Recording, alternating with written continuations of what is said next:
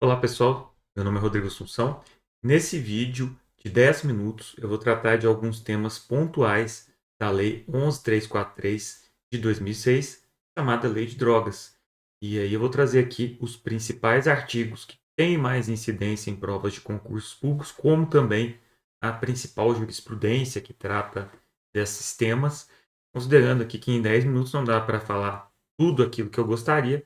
Esses são os pontos que eu considero mais importantes, mais relevantes. Então vamos lá. Bom, iniciando com um artigo que não deixa de ser importante, e é o artigo 28, né, do Código Penal, porte para consumo pessoal. Depois o 33, o que tem a maior incidência, o 35 e o 40, que são as causas de aumento de pena.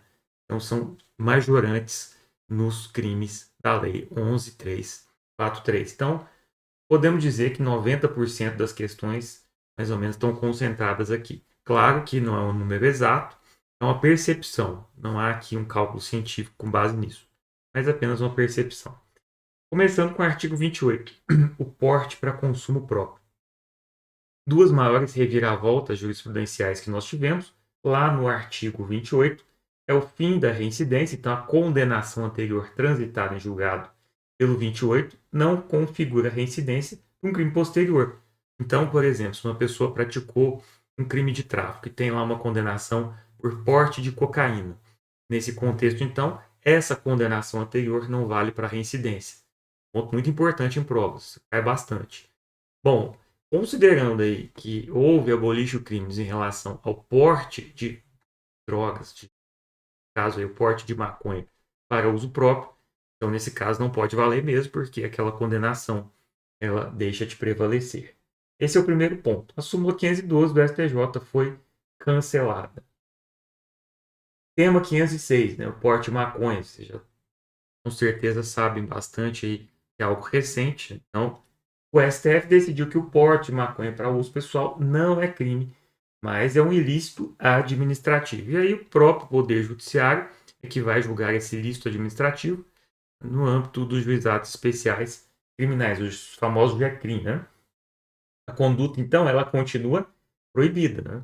Não houve aqui, houve uma descriminalização no âmbito do direito penal, mas no âmbito do direito administrativo existem ainda sanções, né? Então, a conduta está proibida lá no âmbito do direito administrativo. Isso em relação à maconha, mas não houve descriminalização em relação à, à cocaína, crack, dentre outros, né?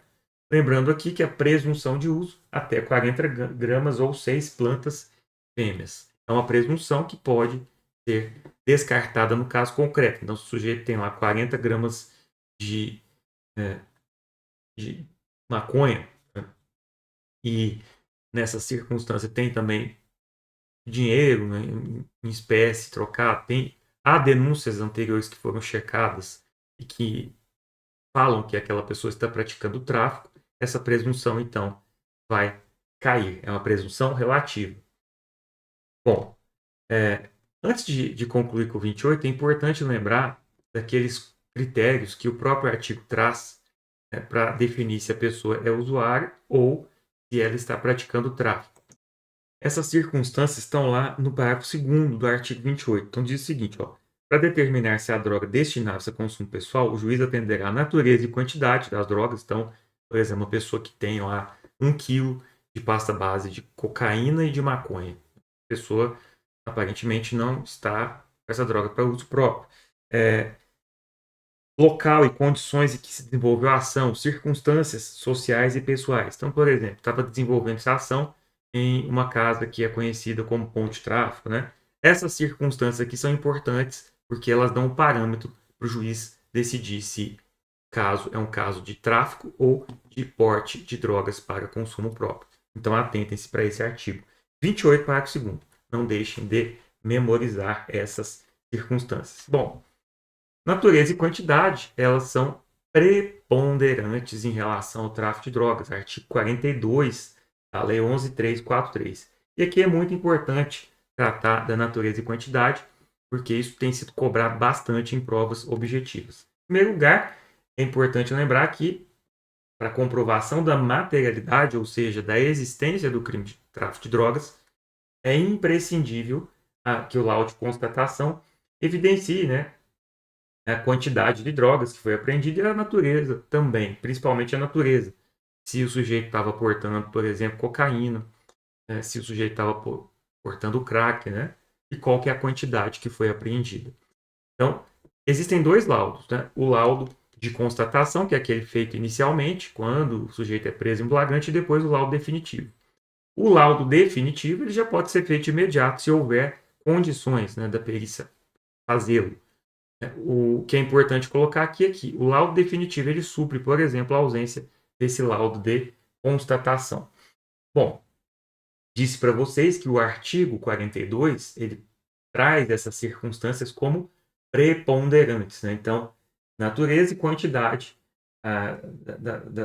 das drogas apreendidas, além da personalidade e conduta social, que já são circunstâncias judiciais lá do artigo 59. Então, no tráfico de drogas, além daquelas 8 circunstâncias do artigo 59, o juiz deve avaliar a natureza e a quantidade das drogas apreendidas. E aí é importante aqui, quando o juiz vai fazer a dosimetria, observar o tema 712 do STF, como também a jurisprudência do STJ. E nesse contexto é importante considerar o seguinte: o juiz ele pode ter duas opções. Na primeira opção, ele então vai, por exemplo, avaliar como negativas as circunstâncias judiciais lá na primeira fase da dosimetria, para então aumentar a pena do réu na primeira fase. Então ele pode fazer isso, é uma opção. Se ele fizer isso, ele não pode depois concomitantemente, ou seja, na mesma hipótese, afastar o privilégio ou modular a fração de redução. Por quê? Nesse caso aqui, haveria bis in idem. Então ele tem que escolher. Ou ele faz isso na primeira fase, ou ele faz isso na fase 3, né? Na terceira fase da dosimetria. Ou ele utiliza como circunstância judicial, ou então ele afasta o tráfico privilegiado, ou utiliza, né, acolhendo o tráfico privilegiado, utiliza a natureza e quantidade para ajustar ali qual que vai ser a quantidade de diminuição da pena, que não pode fazer nas duas etapas conjuntamente. Né? Então, eu coloquei, ó, não pode, né, a utilização simultânea dessas mesmas circunstâncias para exacerbar a pena base e, ao mesmo tempo, afastar ou reduzir a minorante tráfico privilegiado, porque seria bis in idem, é isso que o STF e o STJ têm entendido. Ainda sobre o tráfico privilegiado. Tráfico privilegiado não é crime hediondo. A súmula 512 foi cancelada. Então, nesse contexto aqui, né, o regime inicial fechado, aí ficou errado no slide, né, mas o regime inicial fechado, na verdade, o juiz ele deve avaliar caso a caso, né, qual que é o regime. Não existe aquele regime integralmente fechado. Né, mas, em se tratando de crime hediondo, a STF e a STJ já definiram que o tráfico privilegiado não é, teria outras circunstâncias mais gravosas e afastadas. A súmula vinculante 59 é inconstitucional a vedação legal ao regime aberto, a substituição da pena privativa de liberdade, preenchido o requisito 44. Então, condenado por tráfico privilegiado tem direito à substituição por penas restritivas de direitos. Não pode o juiz vedar tão somente porque praticou tráfico. Se ele tem, então, a diminuição da pena. E se ele preencher os requisitos, a pena pode ser substituída. Então, por exemplo, o sujeito foi condenado lá a 2 anos e meio de reclusão, que a pena mínima é 5.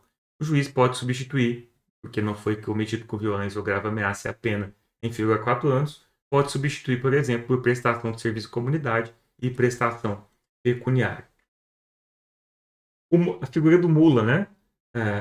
A condenação simultânea, quer dizer, no mesmo contexto de tráfico e associação, é incompatível. Né? Então, se considera que o sujeito estava associado a praticar o crime de tráfico de drogas, eu não posso dizer que é o tráfico privilegiado, porque ele, nesse contexto aí, estava praticando atividades criminosas. Então, está afastada a possibilidade de tráfico privilegiado. E o mula, né, aquele transportador que ocasionalmente faz isso para o traficante, ele, esse reconhecimento do sujeito, que ele é mula, isso por si só não vai impedir o reconhecimento do privilégio, lá 33, parágrafo 4º. Então, o STJ vai entender que esse transporte simples não vai presumir essa integração estável. Né? Então, o sujeito nessa circunstância aí não pode ser considerado como um traficante maior e nem mesmo pode se considerar que ele está praticando atividades criminosas. As majorantes, o artigo 40, tráfico interestadual, súmula 64, a vinculante, e a súmula 587 da STJ, né? Para incidir essa majorante é desnecessária a efetiva transposição de fronteiras entre estados, né? Basta, então, demonstrar aí a inequívoca intenção de realizar esse tráfico interestadual. Então, por exemplo, apreendeu a droga na rodoviária, né? E o sujeito não transpôs efetivamente os limites aí dos estados. Competência justiça estadual. Tráfico transnacional, que vai além do país, né? Nesse caso aqui também se configura com a destinação internacional das drogas. Então, mesmo como acontece no tráfico interestadual, não há aqui a exigência de transposição das fronteiras dos países, né? Então, por exemplo, foi apreendido lá no aeroporto e a aeronave estava indo para a Colômbia. Nesse caso, caracteriza o tráfico transnacional. Depois você testa seu conhecimento, eu deixei aí para vocês, né? Nossa aulinha já acabou. E eu coloquei aqui as fontes que nós consultamos nessa aula. Passamos aí 1 minuto, eu prometi 10, né? Mas é um tema muito relevante que tem aí muita coisa para ser trabalhada. Mas eu penso que com essa aulinha aqui você consegue resolver muitas questões do seu concurso. É isso aí, pessoal. Um grande abraço com Deus. Até a próxima e conheça o meu canal do Instagram. Lá também eu coloco várias dicas para quem presta concursos públicos e também provas de OAB. Um abração. Tchau, tchau.